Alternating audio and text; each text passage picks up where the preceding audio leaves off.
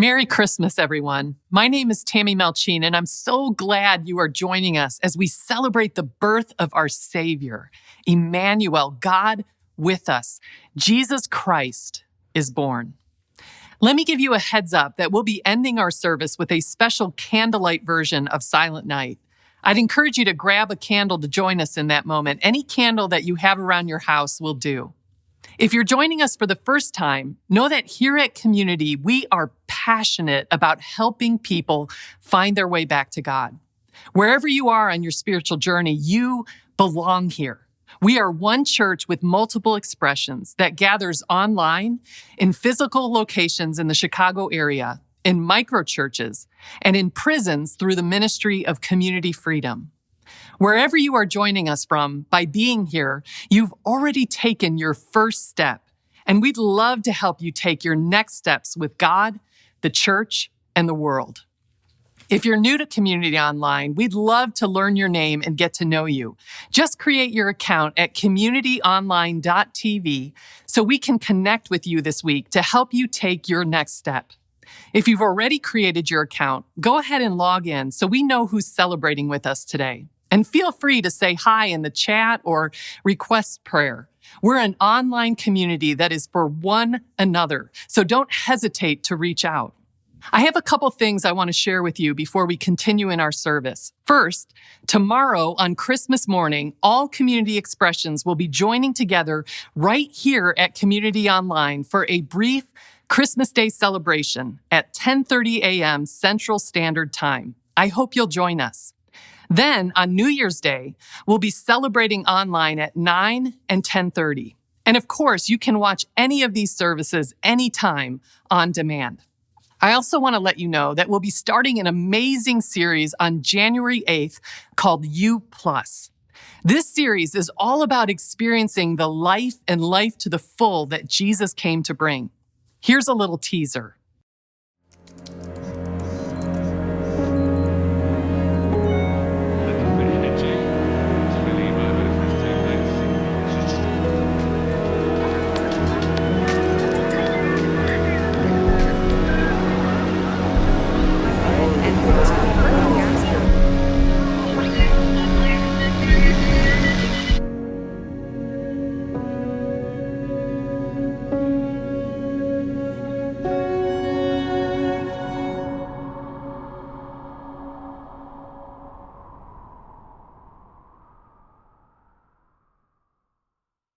Jesus wants you to experience a flourishing life, a life we're calling You Plus. Join us starting on January 8th as we discover that life together. In a few moments, our lead pastor, Dave Ferguson, will be bringing us our Christmas message. But first, we have a special Be the Church moment regarding the year in review and giving back to God.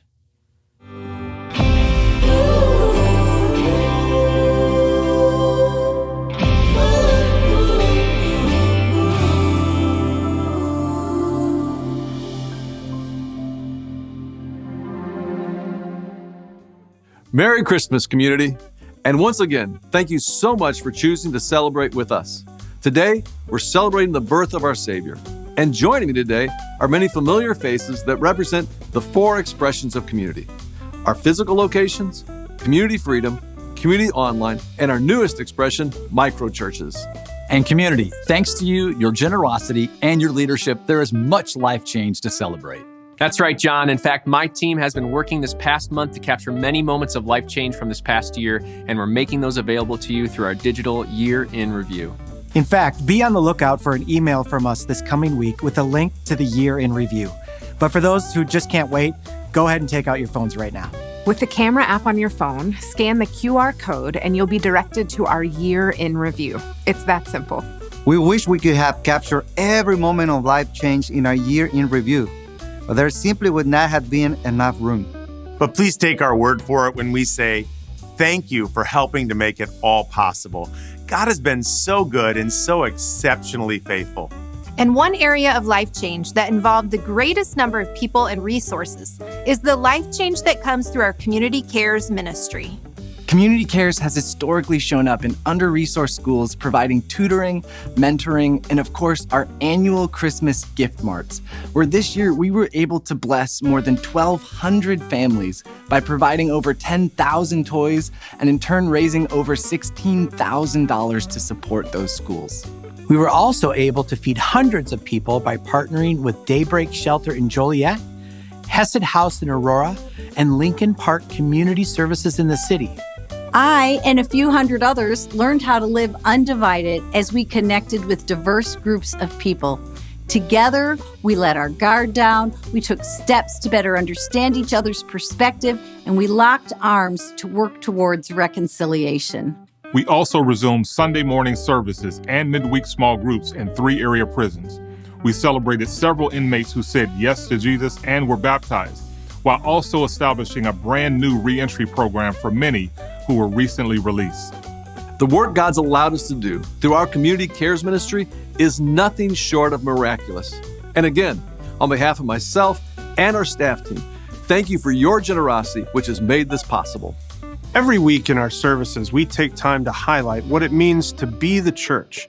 And we invite and encourage everyone who calls Community their church home to be a part of the life change we are seeing by giving back to God. We'd like to send a special thanks to those of you who have taken time to set up an online recurring gift, as well as so many others who gave for the very first time this year. As we do each week, this is our chance to give back to God. And the best way to do that is to give online by going to givenow.cc or by texting the word give to 331-226-1686. Please take this time to reflect on God's favor and provision in your life, and then join us in giving together in response to his love and faithfulness.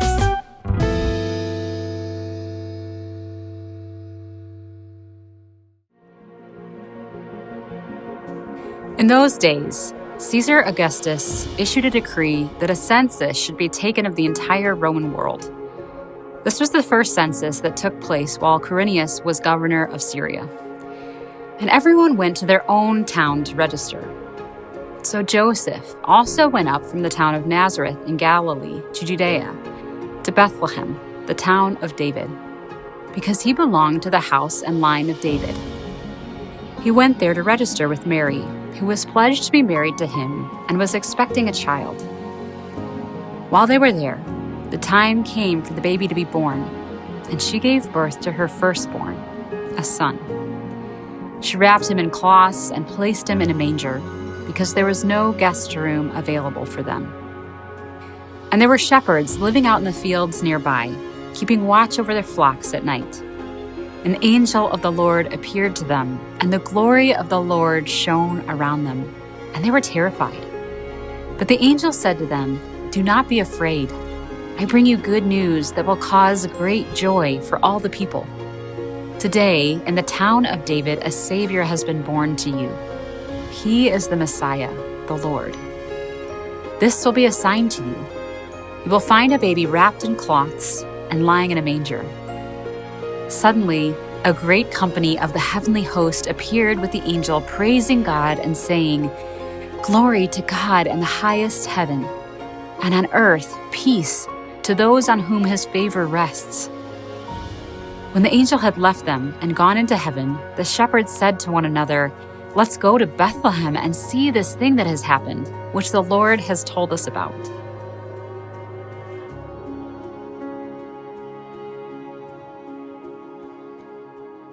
Merry Christmas, community. I'll tell you, do me a favor and drop in the chat a Merry Christmas and tell us where you're joining from. Maybe it's like Merry Christmas from Chicago, or Merry Christmas from Plainfield, or Seattle, or Uganda, wherever you're from. For me, it's Merry Christmas from our COTV studios in Naperville.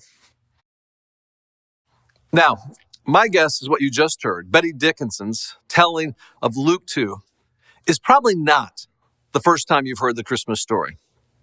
I mean, for many of us, these words have a familiar ring to them. You've heard them yourself, you've read them in church, or you listened to Linus recite them on a Charlie Brown Christmas special. They are familiar. And for some of us, those familiar words bring to mind happy Christmas occasions, ripping wrapping paper off gifts, drinking hot cocoa with friends, singing Christmas carols together. And for others, those familiar words remind us of harder things. The fatigue of unmet expectations, the financial challenges that keep us from providing the Christmas we want, the faces no longer present on Christmas Day. No matter what memories or emotions the words of the Christmas story conjure up, it can be easy, with all the familiarity, to miss how that first Christmas was absolutely shocking. Shocking. And before we're done on this Christmas Eve, I want to share with you 3 shocking truths about the first Christmas. That first shocking truth is this: Christmas means that God came down. God came down. Now think about that for just a second. What Christmas is all about is that the maker, creator of all things, all life, the great, glorious, majestic, and holy God himself chose to come down and enter into this mess of humanity. He came to be with us, to be near us. And if you really grapple with this, it almost doesn't make sense. Why would someone so big, so powerful, so pure choose to become one of us? Something so small and weak and frail. I mean, what would motivate God to do something so shocking as to come down and become one of us? I recently heard a story that took place in the middle of the COVID lockdown. Ironically, it was about a woman named Mary. And Mary's husband, Steve, who had been diagnosed with Alzheimer's 7 years before, was living in a senior care facility. Every single day, Mary would go and visit her husband, Steve. Every single night, Mary would be there and help Steve get ready for bed. Well, then came the pandemic. And with it, the COVID-19 lockdown was put in place. The senior care facility restricted all visitors, including family members like Mary. You probably remember some of the photos of family members standing outside, peeking through windows into a facility where a loved one was staying all alone. Well, that was Mary. As the lockdown went on, Mary grew more and more concerned about the isolation and loneliness her husband Steve had to be feeling. And those days turned into weeks, and those weeks turned into months. And just when Mary's desperation to see her husband reached its peak, she found out about a job opening as a dishwasher at the senior care facility. Now, I'm not sure anyone who has plans of retirement dreams of an opportunity to wash dishes for 8 hours a day. But for Mary, this job was an answer to her prayer. Not because she needed the money, but because to her, washing dishes was a small price to pay to be able to enter the facility where she could hold Steve's hand every day. And that's exactly what Mary did. And that's exactly what God did. And it's love like that which explains why God came down. God was so compelled, so motivated by his love for you, so desperate to be with you, that he took the job of entering into this mess of humanity on that very first Christmas. Author Ann Voskamp, she explains it this way: God throws open the door of this world and enters as a baby, as the most vulnerable imaginable, because he wants unimaginable intimacy with you. What religion ever had a God that wanted such intimacy with us, that he came with such vulnerability to us? What God ever came so tender that we could touch, so fragile that we could break him, so vulnerable that his bare beating heart could be hurt? Only the one who loves you to death. It is shocking, absolutely shocking. And as if God coming down isn't shocking enough, there's something even more shocking. Let me ask you this. If you had some big news, I mean really big news you wanted to share, you wanted to get it out there, you wanted it to be told, who would you share it with? Maybe you're on Twitter. I got on Twitter early, real early. And some of you might be thinking, oh, Twitter. I would tweet about it and I'd try to get Justin Bieber to retweet it to his 113 million followers. That's how I'd get it out there. Or maybe you're on Instagram and you might disagree and say, no, I definitely choose Instagram over Twitter. And if you're an Insta person, you might think, hey, let's recruit Lionel Messi, the Argentine World Cup champion. He'll share it with his 399 million followers. He could definitely help you get the news out there. Or maybe you're going, no, let's be more relevant. Let's just go with TikTok. That's the way to get the message out there. Let's recruit Charlie D'Amelio, the 18-year-old influencer who has 149 million followers. Well, this, of course, is exactly not what God did with the big news he had to share.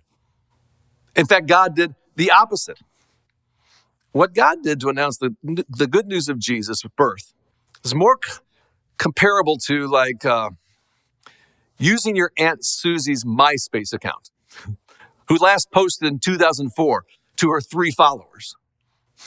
Did you know MySpace is still a thing? It is. And if you think about how God shared this good news, it's shocking.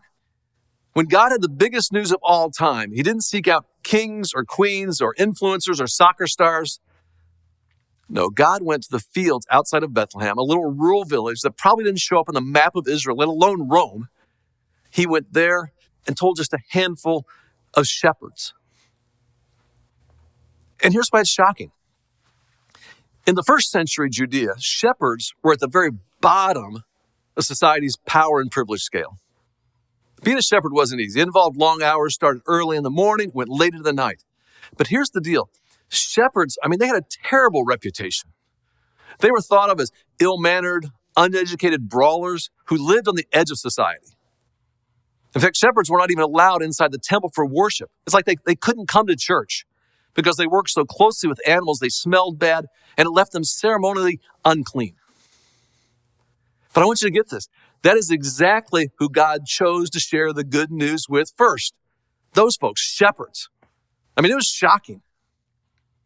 See, God not only comes down, but God became accessible. God became accessible to every one of us. All of us. Author and justice advocate Daniel Strickland explains it this way. The fact that God sent a whole host of angels to the shepherds to announce the birth of Jesus tells us God goes out of his way to get in the way of those most excluded. I love that. That's such good news for people like you and me. Because in the shepherd story, what we discover is that God actually includes the excluded. He invites the uninvited. This is who God is. And maybe you know what it's like to be excluded. Like the shepherds, there have been times when you're treated like a nobody in a culture that puts such high value on beauty and wealth and power. Maybe you felt excluded by religious types. You felt judged by them, condemned by them. Maybe you've even excluded yourself, thinking, you know what, there's just no way. There's no way that God would ever actually be interested in a person like me. And this Christmas, I want to remind you, that God goes out of his way to get in the way of those most excluded. Are you starting to see why this Christmas story was so shocking? Because God, again, let me say it again, God himself came down. God himself became accessible. Yet perhaps what is most shocking of all is how on this one day, everything about the world started to transform. Everything. And that can include us. Because Christmas means that God brought transformation. You see, here's what happened. After listening to Jesus teach and watching how Jesus lived, people started following him. And their lives were transformed because they started doing what he did and living like he lived. And so they also started including the excluded. They also began to invite in the uninvited. And so like him, they started transforming every place they went. For example, in the ancient world, children weren't valued. They were often pushed to the side and ignored. And in particular, baby girls. It would not be uncommon that if a Roman family had a baby girl, not a boy, rather than keep the baby girl, they'd abandon the baby girl in the forest to die. Yet Jesus comes along and he says, no, let the children come to me. And Jesus' treatment of and teaching about children led his followers to value children in a way that transformed society. These Christians would actually go into the forest, bring back these baby girls into their home, care for them, and adopt them into their families.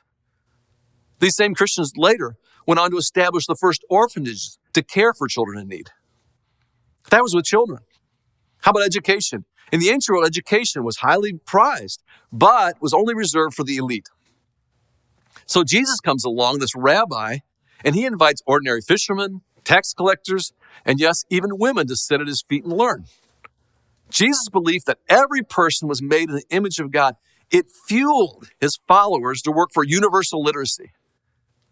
And so years later, universities such as Cambridge, Oxford, and Harvard all began as Jesus-inspired efforts to love God with all of one's mind. So not just children, not just education. In the ancient world, the sick were often discarded and left on the outskirts of town so they wouldn't get the disease, let them die. But Jesus demonstrated compassion. He healed the blind. He healed the paralyzed. He healed those with leprosy. And so his followers learned from him, and they established institutions for lepers, the beginning of the modern day hospitals. And maybe you've noticed, that's why even today hospitals have names, many of them like Good Samaritan, Holy Cross, Mount Sinai. They were the world's first places of healing. And as a whole, in the ancient world, virtue meant this. Virtue meant rewarding your friends, punishing your enemies. That's what it used to mean. Rewarding your friends, punishing your enemies. But then Jesus comes along, he says, no, you love your enemies and you pray for those who persecute you. He modeled this brand new way of reconciliation. And he called his followers to be people of peace and to bring hope and healing to everyone. Author John Ortberg writes, Jesus consistently championed the excluded. His inclusion of women led to a community to which women flocked in disproportionate numbers. Slaves, up to a third of the ancient populations, might wander into church fellowships and have a slave owner wash their feet rather than beat them. One ancient text instructed bishops to not interrupt worship to greet a wealthy attender, but to sit on the floor to welcome the poor. It's all shocking. And yet, for all the amazing, shocking ways the life and teachings of Jesus transformed the world, perhaps the most shocking of all is how Jesus can transform a single human heart. So let me just say, whoever you are, included or excluded, can't get a break or you got every break. This Christmas reveals these shocking truths. God came down for you. God became accessible to you. God brought transformation for you. Here's community attender Joey Ossie to share a little bit about how Jesus transformed his life. My name is Joey Ossie. I've been coming to community for 2 years this month. I was running down my street, turning up my driveway, and my right knee just felt like it blew up. Knee swelled up big time, and that was my first introduction to prescription pain medication. At that point in my life, I was in full throttle adulting, stress was high, and it didn't just take away the physical pain, it took away the pain behind, between my ears that I didn't even know was really there. My wife was gone for a weekend, and I remember thinking to myself, I have to come clean, I gotta tell her I'm struggling with this. So she came home, I sat her down, and I said, hey, I'm struggling with the pain medication and I need to come clean. She's like, what do we need to do to get this under control? I went to rehab, first time with the best intentions. It was a outpatient nighttime program, got 100 days sober and relapsed. Fast forward, I did something very similar again. Went back to rehab, came out with a little over 100 days sober as well. Ran into my prescription pill dealer at the gas station. I thought I was broken, defective, different than everyone else. And this is just how it's gonna end. My life was good to start, and this is how it ended. There's a law of averages. It wasn't long after the day after Thanksgiving where Heather kicked me out of the house. She had had enough. And we did wind up, going through a divorce. And as painful and difficult as it is and was, she gave me a lot of chances. But she got my attention enough to make me realize, if you don't stop, you're gonna die. I moved in with my parents. It's COVID. My mom's doing community online. And I was captivated, completely captivated. The first time I sat behind that drum set, you hear Yellow Box. And I had been so blessed to be on stages across the country, from little small venues to House of Blues to arenas. It was my dream. But nothing compared to that feeling, sitting behind that drum set, Yellow Box, and seeing that place from that perspective. Every time I've wanted to give up again. I think about that feeling I had when I sat behind the drums. And I saw something I'd never seen before and felt something I never felt before. It takes a certain threshold of pain for you to realize, I can't do this anymore. And the first step is surrender. And you have to surrender everything. During my baptism, it just felt like a fresh start. And the transformation was incrementally slow, but I felt like there was a line drawn in sand.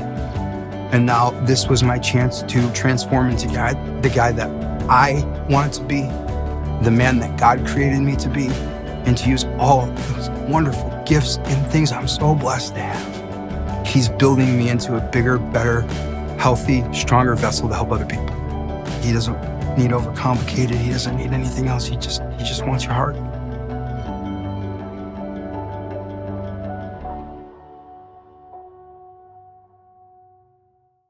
Maybe you joined us expecting just another familiar Christmas.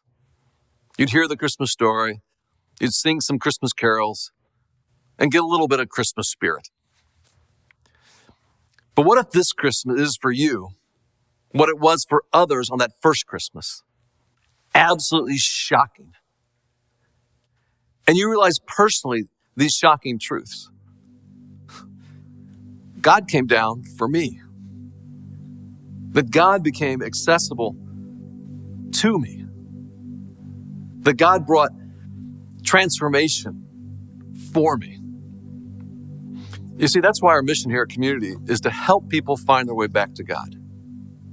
We'd love to help you discover the shocking ways that God can transform your life.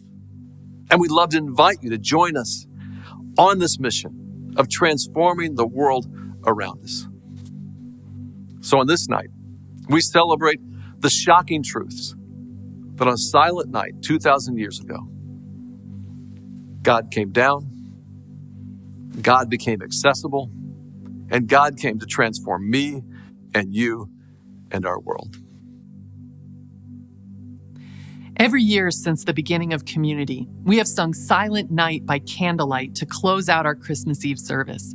Now is the time to hold your candle and be prepared to light the candle when I do. This simple tradition has a way of bringing hope.